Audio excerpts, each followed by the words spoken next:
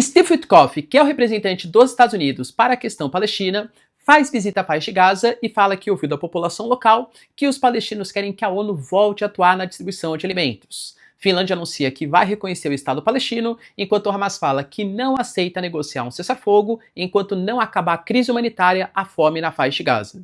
Enquanto isso, Vladimir Putin dá uma resposta às ameaças do Trump de sanções de 100% a partir do dia 8 de agosto e fala que não é assim que os russos negociam, inclusive colocando que os mísseis balísticos Oreshnik, que têm capacidade nuclear, já estão prontos, inclusive para serem usados como um elemento de dissuasão. Nesse mês de julho, a Rússia consegue avançar em cidades importantes e também teve 130 drones e mísseis por dia contra os ucranianos. Até por isso as tensões aumentaram bastante, tanto pelos ataques quanto pelas tarifas, com o Trump agora falando que não quer mais conversar como gostaria de conversar antes com Putin. Isso fez com que aumentassem as tensões entre Rússia e Trump, principalmente com Dmitry Medvedev, que é o conselheiro de segurança, que fala da mão morta, uma arma, um ataque apocalíptico contra os Estados Unidos. Trump responde e desloca 2 submarinos nucleares para posições estratégicas contra a Rússia. Sim, as ameaças nucleares Estados Unidos e Rússia estão ficando cada vez maiores. Falar um pouquinho também, galera, sobre 4 petroleiros russos que hoje estão parados na costa da Índia, o que dá um indicativo que a Índia vai respeitar as ameaças feitas pelos Estados Unidos e cortar relações econômicas com a própria Rússia, enquanto nós temos também El Salvador de Nayib Bukele, o popular e polêmico presidente, anunciando o fim da possibilidade de não reeleição, ou seja, pode se eleger quantas vezes quiser e outras mudanças constitucionais, o que dá razão, claro, a talvez o início de uma ditadura no país. Para finalizar, pessoal, falar um pouquinho também sobre a polêmica da COP30, já que os preços de hotelaria dispararam e vários países ameaçam não comparecer a uma cúpula ambiental tão importante para a diplomacia brasileira. Se vocês querem ter um pouco mais sobre esses assuntos, e muito mais também sobre geografia, geopolítica, atualidades, política, polêmicas, enfim. Tudo para você se manter sempre bem atualizado. Já se inscreve no canal, deixa seu like, compartilha esse vídeo, que eu, professor Ricardo, conto muito com a sua ajuda. Belezinha? Pessoal, para quem não sabe, a Nomad, que é a maior e melhor conta internacional do Brasil, e é a minha conta internacional, e por isso ofereço o serviço para vocês, tenho uma honra de falar que sou parceiro aqui do canal, eles são parceiros do canal, tá oferecendo para você a super possibilidade de ter acesso aos seus dólares, com a conta que é mais simples de ser utilizada, é a maior. São mais de 3 milhões de usuários no Brasil e com o cupom Ricardo30Chip você tem a possibilidade de, comprando seus dólares, ter 2% de cashback. Você não encontra isso no mercado. Além do que, com esse cupom, caso você fazer viagens internacionais, você ainda ganha um chip para utilizar na sua viagem, tudo aí bancado pela Nomad. Eu estou falando, galera, de uma plataforma que te dá acesso a mais de 180 países. Por exemplo, eu, percebendo o preço do dólar e a instabilidade global, gosto de montar ali um pouco minhas posições, inclusive para viagens internacionais. Muito mais fácil do que contar com o preço do dólar no momento pagando no cartão de crédito. Além de tudo, eu tenho acesso ao cartão de crédito da Nomad, que é o que eu uso aqui no Brasil, o Nomad Explore, que me dá a possibilidade de cashback dolarizado nas minhas compras aqui em conta de luz, conta de água, restaurante, gasolina e tal. Além do que eu vou ganhando pontos que não expiram e a possibilidade de ter acesso ao Nomad Lounge, sala VIP, perdão, da Nomad, dentre vários outros benefícios que o cartão Visa e Nomad te oferecem, só conferir as condições. Então abra sua conta, galera, e tenha acesso à melhor conta internacional do Brasil para você diversificar aí suas posições. Tamo junto? Então bora lá pro vídeo, pessoal, QR Code aqui na tela para vocês. Belezinha? Então bora lá, ó. Como eu trouxe para vocês na introdução, de fato, os Estados Unidos demonstram, pelo menos publicamente, algumas preocupações maiores acerca da questão alimentar na faixa de Gaza. Lembrando que isso é diferente de levar em consideração preocupações territoriais na faixa de Gaza, visto que a gente teve, por exemplo, ministros, representantes israelenses, mostrando para o Conselho de Segurança de Israel planos de anexação ou integral ou parcial da faixa de Gaza, até colocando que talvez seria uma forma de pressionar os palestinos ou até mesmo o Hamas para que eles ajam no sentido de um cessar-fogo ou coisa que valha. Existe o plano, por exemplo, da criação das cidades humanitárias, que seriam cidades na fronteira com a faixa de Gaza e Egito, que seriam cidades controladas militarmente por Israel, onde, a partir do momento em que os palestinos entram, eles não podem sair, e caso eles não queiram entrar, eles vão ser obrigados a abandonar o território de Gaza. Isso é altamente criticado pela comunidade internacional, mas aparentemente os americanos concordam, pelo menos são as palavras de Israel. Dentro desse processo, Steve Witkoff, que é o representante para a questão palestina e várias outras questões, fez uma visita presencial, principalmente aos centros de distribuição de alimento. E ele falou, narrativa dele mesmo, tá, que ele ficou extremamente preocupado com a situação. Segundo ele, grande parte da população local não quer mais que a Fundação Humanitária de Gaza, que é a GHF, faça ou atue na distribuição de alimentos. A GHF é uma instituição que vem sendo bastante criticada pela comunidade internacional, embora Israel não assuma essas posições nem os Estados Unidos, porque seria um organismo que atua de acordo com os interesses de Estados Unidos e Israel, e não faz parte de um organismo internacional como a ONU, com mais credibilidade frente aos países que apoiam a causa palestina, para atuar na distribuição de alimentos. Segundo Steve Witkoff, é demanda da população local que a ONU ou a UNRWA volte a atuar de maneira mais sistemática. Ainda mais depois dessa pressão da comunidade internacional, em que pausas humanitárias foram feitas, corredores humanitários. Hoje a França, por exemplo, tem vídeos, inclusive, dela jogando ali, né, suprimentos por via aérea no território da faixa de Gaza, porque a fome chegou numa situação caótica na região. Até por isso, o apoio da comunidade internacional em detrimento, na verdade, em favor da criação do Estado palestino aumenta. Como eu venho trazendo para vocês, Reino Unido comprou essa briga, a Noruega, a Espanha, por exemplo, a gente tem a própria França, que já anunciou que também vai reconhecer o Estado palestino.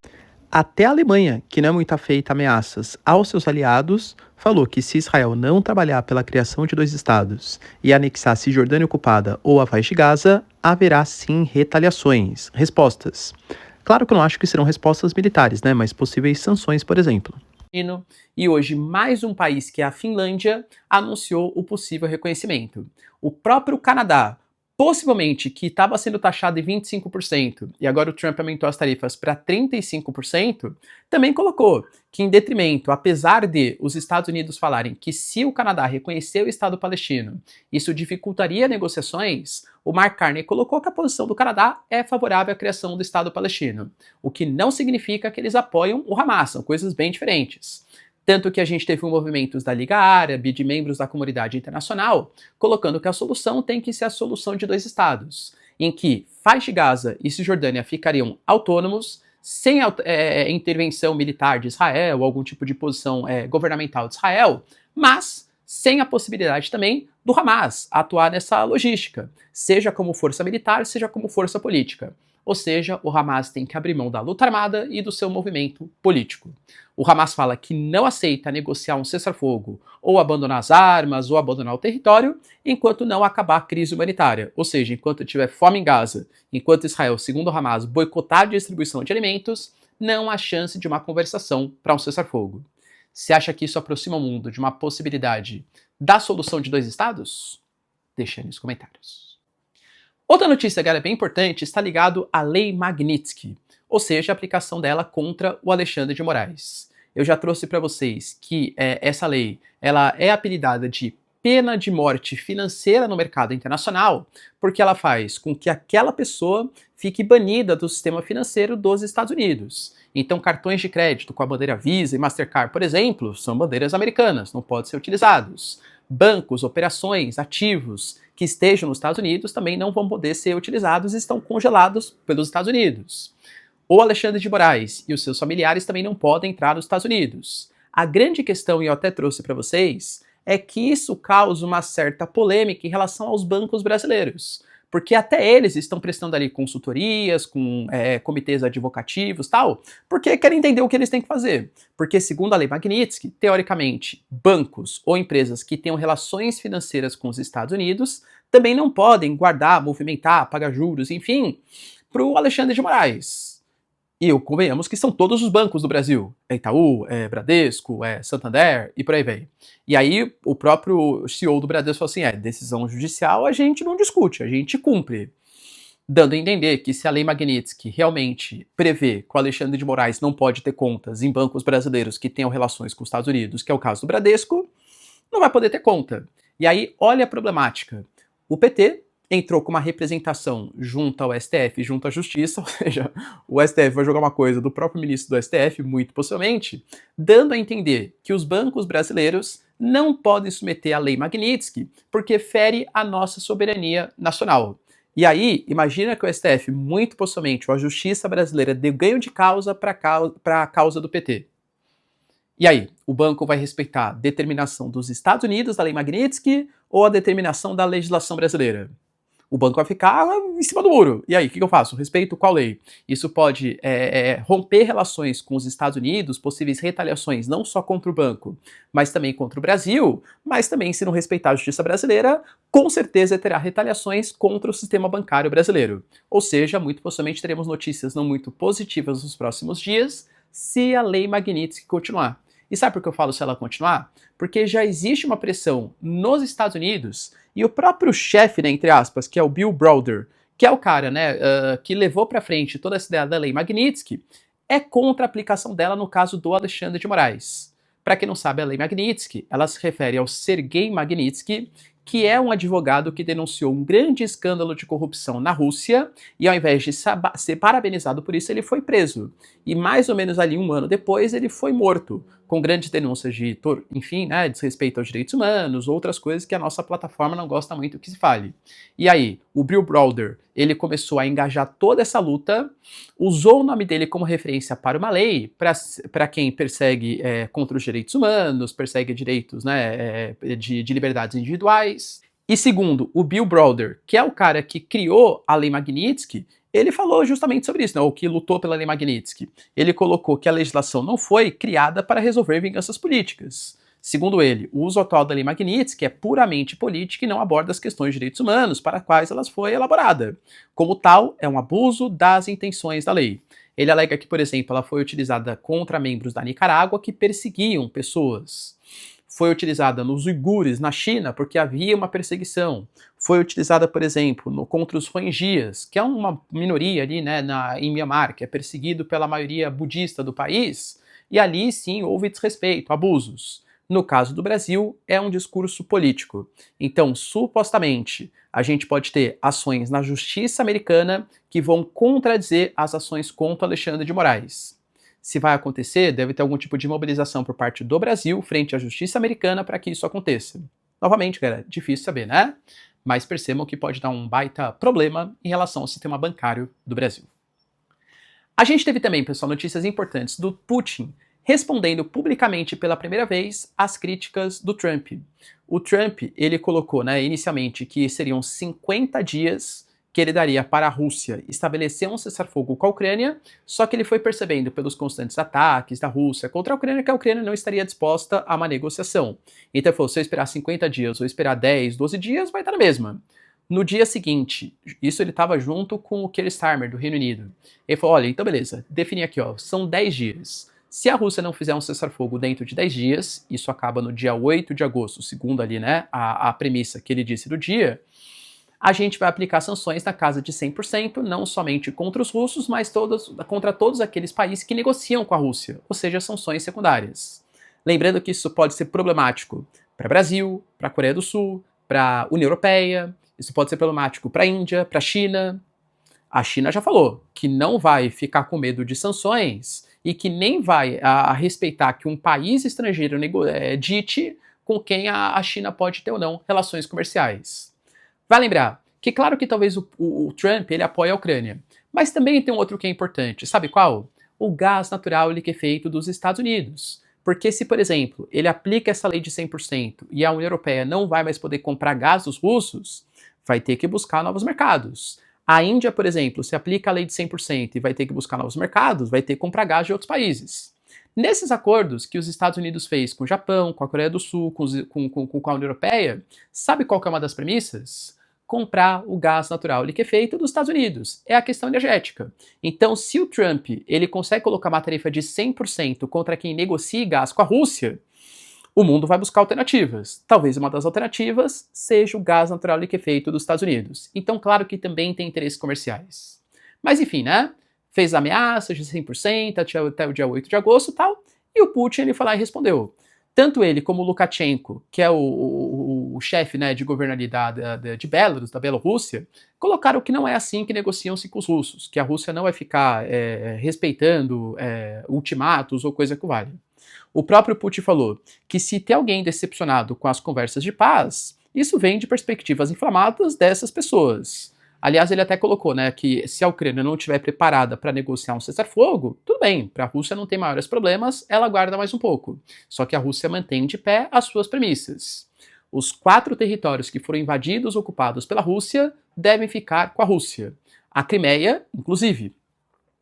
A Ucrânia não pode entrar para a OTAN, a Ucrânia tem que convocar novas eleições, porque, segundo a Rússia, o Zelensky é um presidente ilegítimo, já que ele teria que ter passado pelo processo eleitoral e não passou, e a Europa deve parar de fornecer equipamentos militares para os ucranianos. Enquanto essas premissas não forem respeitadas, não dá para ter estabelecimento de cessar-fogo. E ele fala que ele discorda um pouco, porque ele acha que as negociações que aconteceram agora foram 2 cúpulas, né, entre Ucrânia e Rússia mais recentemente. Elas talvez não geraram o resultado esperado de um cessar-fogo, mas elas foram importantes para a troca de prisioneiros e para a abertura de um canal diplomático, coisa que não existia anteriormente. Ou seja, o Putin fala que a culpa não é dele da decepção, e sim de pessoas ou países que estavam com perspectivas infladas em relação ao que poderia ser de fato. Inclusive aproveitou para fazer uma certa ameaçinha, não só contra os Estados Unidos, mas também contra a Europa. O míssil Oreshnik, ou os mísseis Oreshniks, mísseis balísticos, que têm sim capacidade de atingir pontos no território europeu em tempo assim extremamente baixo e de uma defesa praticamente impossível. Ainda mais depende da quantidade de mísseis que forem disparados. O Putin colocou, e lembrando, tá, que os mísseis Oreshnik eles podem carregar ogivas nucleares. A Rússia já utilizou contra a Ucrânia, claro que não carregado com as ogivas nucleares, mas fez a utilização naquele contexto como também um elemento de dissuasão e mostrar um míssil que, segundo os russos, né, não tem capacidade de defesa dentro do continente europeu e que chegaria em minutos na Alemanha, no Reino Unido, enfim, com baixíssima probabilidade de defesa por parte desses países. O Putin alegou que a primeira leva de produção desses mísseis está pronto, não quantificou quantos são tal, e colocou também que alguns deles foram destinados para Belarus. Claramente um elemento de dissuasão.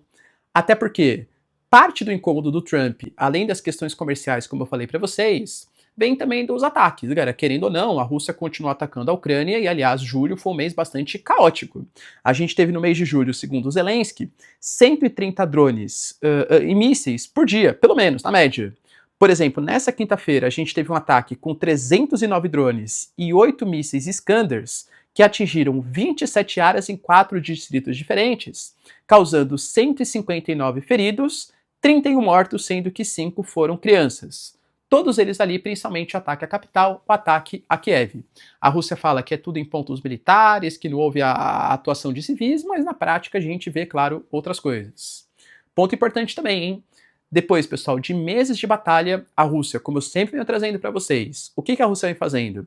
A frente de batalha está um pouco paralisada, embora pouco a pouco a Rússia vá avançando. A Rússia, ela atinge com mísseis, com drones, o sistema de defesa, atinge a moral, cansa a população ucrânia, principalmente em pontos de infraestrutura. Mas, querendo ou não, a Rússia está avançando. E avançou, por exemplo, agora em Chaziv Yar, depois de 16 meses de luta. Uma cidade muito próxima de Bakhmut, que também foi outra grande luta aí do povo russo, né, aliás, do exército russo, na época até com a ajuda do grupo Wagner, que conseguiu dominar aquelas posições. Ou seja, a Rússia vem avançando.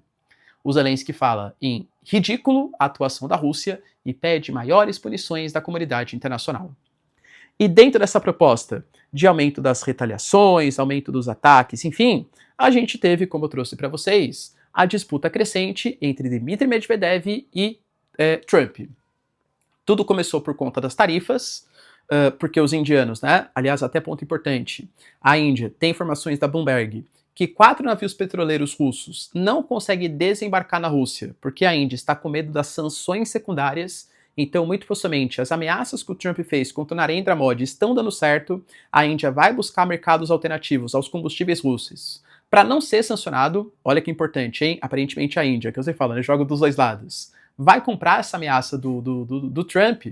E aí, o Dmitry Medvedev falou que não era para se meter. Dmitry Medvedev, para quem é velho de guerra aqui do canal, conhece. Mas para quem não conhece, ele é o conselheiro de segurança do Putin, que é o cara mais polêmico. Ele sempre fala coisas muito polêmicas relacionadas à Terceira Guerra Mundial, ao uso de força nuclear.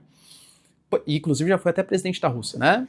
E o Dmitry Medvedev falou que o Trump não precisava ou não deveria ficar se metendo em negociações comerciais entre Índia e Rússia. E aí o Trump falou, fique tranquilo, as economias mortas de Índia e Rússia podem ficar à vontade, porque os Estados Unidos vai se comprometer com isso. E aí, quando ele falou sobre isso, o Dmitry Medvedev colocou que, falando em coisas mortas, existe a doutrina da mão morta da Rússia, que o Trump deveria tomar cuidado. Essa doutrina da mão morta, os próprios russos denominam como a arma apocalíptica. O que seria isso? Vem desde a Guerra Fria, né? Mais uma vez com elemento de dissuasão. Eles falam que se algum líder russo for eliminado por lideranças europeias, lideranças da OTAN, lideranças americanas, existe um dispositivo que é disparado automaticamente, uma arma apocalíptica que vai destruir com o uso de armas nucleares aqueles que eliminaram a liderança russa.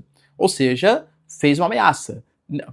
Na verdade, respondeu a ameaça, né? Fez uma ameaça à ameaça que os americanos fizeram. E o Trump não gostou nada disso. Tanto que falou que o Dmitry Medvedev é um ex-presidente fracassado, que ele não sabe exatamente o que ele fala, que é bom a Rússia ficar quieto. Só que agora a coisa saiu da ameaça, porque os Estados Unidos deslocaram submarinos nucleares. Segundo as palavras do Trump, tá? Nós posicionamos submarinos nucleares em regiões agora apropriadas. Com base nas declarações altamente provocativas de Dmitry Medvedev, que é o conselheiro de segurança da Rússia, ordenei o posicionamento de 2 submarinos nucleares nas regiões apropriadas, para o caso dessas declarações inflamadas serem mais do que apenas isso. Palavras são importantes e muitas vezes levam a consequências indesejadas. Estamos falando de Dmitry Medvedev, que faz ameaças de armas apocalípticas contra os Estados Unidos, e o Trump, que se sente ameaçado e desloca os submarinos nucleares para posições estratégicas. Sabe-se lá quais são essas posições estratégicas, mas que são submarinos nucleares que têm sim capacidade, não só ele ser nuclear, mas de disparar, lançar equipamentos nucleares. Esses 2 submarinos, eles são da classe Ohio. A gente fala, galera, de submarinos que têm capacidade de levar 20 mísseis Trident II, que tem a capacidade de cada um desses mísseis carregar 12 ogivas de 90 quilotons. Para vocês terem uma noção, isso é mais ou menos 6 vezes o que foi a bomba de Hiroshima. A gente está falando no total, então, de 480 ogivas nucleares, que podem ser disparadas contra o território russo, que estão em submarinos que ninguém sabe, mas, segundo Trump, ameaçando o território da Rússia. E aí, galera, será que o Dmitry Medvedev está um pouco arrependido de ter falado as suas palavras? E como que a Rússia vai responder a isso? Porque é gravíssimo para a Rússia, claro. Ela vai se sentir ameaçada, e talvez até a China também se sinta, porque China e Rússia, né, fazem fronteira. A Coreia do Norte também pode se mobilizar, porque está próximo do território, não sei onde está o submarino, não sei se está na região do Báltico, na região do Pacífico, é muito difícil saber, né? Mas que são submarinos que podem estar destacados em posições estratégicas. Como será que a Rússia vai responder a isso, hein, galera? Deixa aí nos comentários. Outra notícia importante, galera, está ligado a El Salvador. El Salvador, a gente já comentou algumas vezes aqui no canal. Inclusive, tem até um podcast que eu participei lá no Vila Inteligência Limitada, que eu participei com o Joel Paviotti, que é um cara que eu gosto bastante mesmo, tá? Que fala muito sobre a questão de crimes, a criminalidade, principalmente no Brasil, mas também a atuação de gangues no cenário internacional. E com o Renato Batista, que é membro do MBL, né? E aí, à época, o Renato Batista ele tinha feito uma viagem em direção ao El Salvador, e eu tinha alertado para ele na época, porque ele gostava bastante, porque ele baixou a criminalidade e tal. Eu falei, olha, realmente, numa situação de guerra, eu concordo que você não pode pedir por favor. Uma coisa são bandidos comuns, outra coisa é o que acontecia em El Salvador, que eram gangues ali que estavam atuando. Então, era uma situação de guerra, exige algumas medidas mais radicais, natural. Só que tem que tomar cuidado, para quê? Porque o bichinho do poder, né, quando ele morde, ele é perigoso. Ele teve uma popularidade na Bukele pelas suas medidas de redução muito grande da criminalidade em pouco tempo. El Salvador passou a ser um país com a menor taxa de homicídios da América, só perdendo para o Canadá, né, então o segundo melhor país. E aí a popularidade dele aumentou, ele começou a tomar algumas medidas autoritárias, de demitir, por exemplo, isso ele fez, tá? Ele destituiu o procurador-geral do país, 5 juízes da Câmara Constitucional, alegando que eles estavam, todos eles, em conluio com a atuação de gangues. E aí, de novo, né, fica fácil. Ah, não, o cara é meu opositor? Não, não é porque eu tô fazendo coisa errada, é porque ele é membro de gangue. Ele tem alta popularidade, ele faz o que ele quiser. Ele já tinha, nas últimas eleições, mesmo com essa alta popularidade, feito um certo migué, entre aspas, né, uma desculpinha na Constituição, porque El Salvador não permitia a reeleição. Ele renuncia pouco tempo antes para poder concorrer, coisa que a Constituição não autorizaria. mas passa, tem alta popularidade, foi eleito com 80%. Agora, ele anuncia uma nova mudança constitucional, já que ele controla os membros da Suprema Corte e os membros do Parlamento, colocando mudanças, por exemplo, né?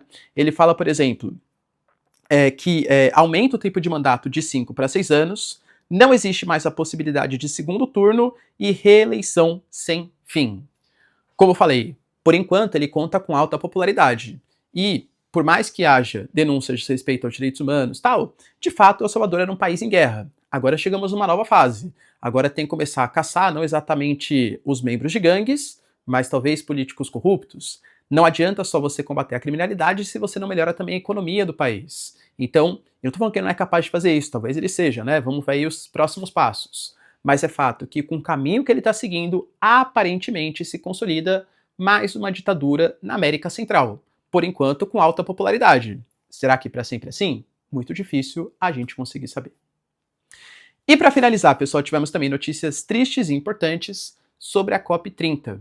A COP30 é uma cúpula que vai ser realizada sobre a Conferência Ambiental aqui no Brasil, em Belém, né, mais especificamente, que simbolicamente foi escolhido porque é uma cúpula que vai tentar fazer, né, a principal tema de debate vai ser o financiamento dos países desenvolvidos a programas de desenvolvimento sustentável em países subdesenvolvidos, e é uma cúpula que já vem com alguns desafios. Tanto porque a gente tem hoje o Trump, por exemplo, que se diz um não aquecimentista, e muito possivelmente vai descredibilizar a COP, e os Estados Unidos são um país super importantes, claro, né? É uma cúpula em que o Brasil está um pouco contra a parede também, porque, querendo ou não, a gente vem aprovando projetos de lei de flexibilização, por exemplo, de questão ambiental, né, de legislação ambiental. A gente está prestes a explorar, por exemplo, a margem equatorial, que pode dobrar nossa capacidade de produção de petróleo, enquanto quer falar em transição energética. O Brasil não tem bons índices de preservação do Cerrado, do Pantanal, da Amazônia e por aí vai, e está querendo liderar uma COP, entende? Então já tem alguns desafios políticos e geopolíticos. Mas, feito em Belém, é simbolicamente importante porque está próximo de comunidades locais, membros de comunidades indígenas, está na floresta amazônica, né, parte da floresta amazônica, então simbolicamente é legal. Só que já havia críticas no passado que talvez Belém não comportasse do ponto de vista de infraestrutura, principalmente no setor de serviços, rede hoteleira, todos os turistas, inclusive membros, né, políticos aí, todas as delegações que virão participar dessa cúpula. Segundo o governo federal, existe espaço. O que está acontecendo é que a rede de hotelaria e até mesmo, né, as plataformas, Airbnb, enfim, estão fazendo como se fosse uma espécie de cartel, né, no sentido que eles estão aumentando o preço e hoje, quando você pega em relação ao preço comum das estadias, eles estão quase 10 vezes mais caros do que o normal. Ah, professor, mas pô, países são ricos. Sim, talvez você esteja pensando, sei lá, na França, na Alemanha, na Itália, no Canadá, países que, claro, né, tem condições aí de pagar a média, que hoje está de $143 a diária. Mas existem alguns países pequenininhos, alguns países africanos que não têm dinheiro para se mobilizar e gastar acima de $150 na estadia. Eles até colocam que o limite seria de $50 a $70 na estadia. E aí a questão que fica é, a gente quer fazer uma COP em que os subdesenvolvidos vão alegar que precisam de financiamento dos países desenvolvidos, mas os subdesenvolvidos vão ser excluídos porque não tem dinheiro para pagar a estadia? Que COP inclusive é essa, né? O governo federal alega que não pode fazer tabela de preço, porque isso iria interferir em questões da rede de hotelaria, de Belém e tal. Houve pressão de países para que a cúpula fosse desmarcada de Belém e marcada em outro espaço que talvez fosse mais conveniente, vai ser uma rede de serviços mais bem desenvolvida.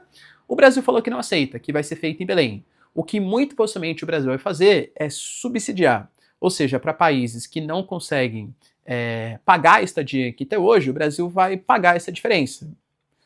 Talvez não seja a solução ideal, mas seja a solução possível. E aí, pessoal, acho que a COP30 vai dar algum tipo de problema? Deixa aí nos comentários, quero saber sua opinião. No mais, se vocês curtiram o vídeo, tamo junto, beijos, abraços e tchau, tchau.